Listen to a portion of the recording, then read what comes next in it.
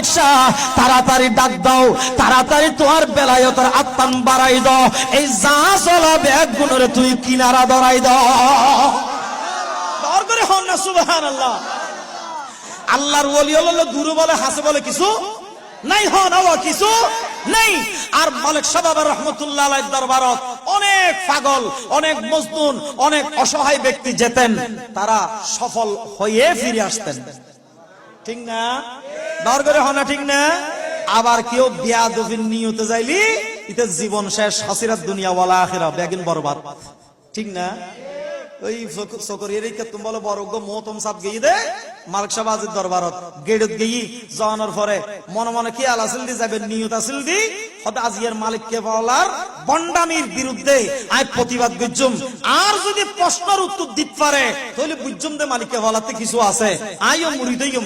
আর যদি কিছু উত্তর দিন না পারে দই তাহলে সারিমিককে বুঝাইম দে এটা বন্ড, এটা কিছু নাই।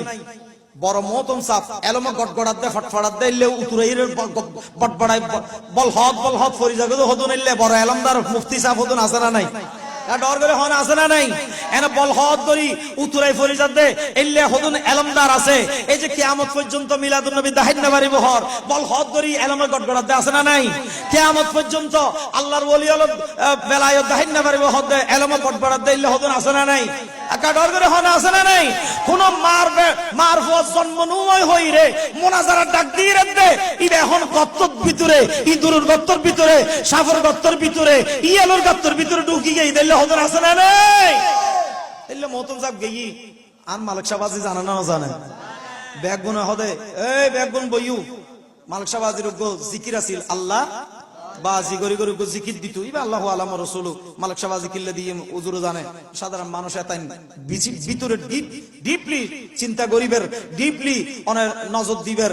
আর এক এক দরবারের এক এক কান অলৌকিক, এক এক দরবারের এক এক কান ঘটনা, এক এক দরবারের এক এক সিস্টেম জিকির ইকজু জিকিরকে মাথা তাত জিগে নিয়েন তার আব্দিলি হইছে ফোরা যাইব তো না মারা যাইব তো বাহ। ঠিক না? জেল্লেলে তার না জন আদিক তারিবেন না। আল্লাহ আনারা সঠিক বুঝদান করো, আমিন হন। তো মালিক শাহ বাজি হদে কি আয় নামাতিস তোরা জিকির দে ইবে যাই জিকির না করার